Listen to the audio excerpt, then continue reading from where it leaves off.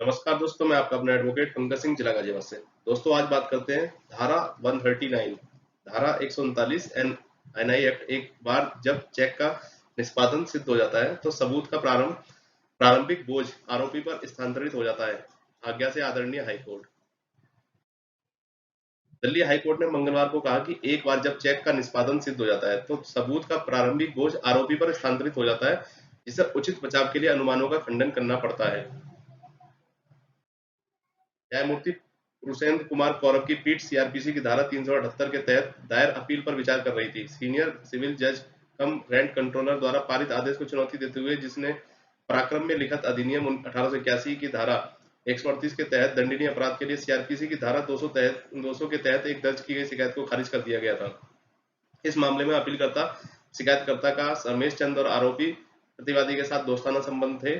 शिकायतकर्ता का यह मामला है कि आरोपी को मैत्रीपूर्ण ऋण के रूप में कुल 70,000 रुपए दिए गए थे और शिकायतकर्ता को आश्वस्त करने के लिए आरोपी ने 3 चेक दिए थे। शिकायतकर्ता ने नकदीकरण के लिए चेक प्रस्तुत किया तो जो कि आरोपी के बैंक द्वारा अपर्याप्त धन की टिप्पणी के साथ बिना भुगतान किए लौटा दिए गए थे। निचली अदालत इस निष्कर्ष पर पहुंची है कि शिकायतकर्ता अपने मामले को संदेह से साबित करने में विफल रहा है और इसके परिणामस्वरूप शिकायत को खारिज कर दिया गया है।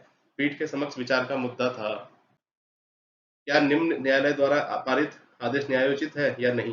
पीठ ने कहा कि नीचे की अदालत ने ठीक ही देखा है कि चूंकि चेक का निष्पादन विधिवत साबित हो गया है, एनआई अधिनियम की धारा 139 का अनुमान शिकायतकर्ता के पक्ष में आता है और सबूत का प्रारंभिक बोझ आरोपी पर स्थानांतरित हो जाता है, जिसे खंडन करना पड़ता है। अपने पक्ष में एक उचित संभावित बचाव को बढ़ाने के लिए अनुमान, उच्च न्यायालय ने कहा कि सीआरपीसी की धारा 378 के तहत सख्ती के प्रयोग में किसी हस्तक्षेप की आवश्यकता नहीं है। प्रतिवादी अभियुक्त को जारी नोटिस पर भरोसा करते हुए अपने बोझ का निर्वहन किया है कि विचाराधीन चेक किसी स्वीकार किए गए दायित्व के खिलाफ जारी नहीं किए गए थे, लेकिन समिति के सदस्य होने के कारण सुरक्षा के लिए जारी किए गए थे। इसके बाद शिकायतकर्ता यह साबित नहीं कर पाया कि विचाराधीन चेक उसे एक स्वीकृत दायित्व के विरुद्ध जारी किए गए थे। इसके बाद परिवादी द्वारा कोई साक्ष्य प्रस्तुत नहीं किया गया था। इसके विपरीत पहले के निर्णय से, जैसे कि ऊपर उल्लेख किया गया है और तत्काल मामले में जोड़े गए साक्ष्य में स्पष्ट रूप से पता चलता है कि अपीलकर्ता धन उधार के व्यवसाय में लिप्त है। उसने प्रतिवादी को दिए गए ऋण पर का खुलासा नहीं किया है। बिना किसी लाइसेंस के वह खुद को उधार देने के व्यवसाय में संलग्न नहीं कर सकता है। उपरोक्त के मद्देनजर पीठ ने अपील को खारिज कर दिया। केस शीर्षक शाह कुलविंदर सिंह बनाम गुलाम मोइनुद्दीन। खंडपीठ न्यायमूर्ति पुरुषेंद्र कुमार गौरवी।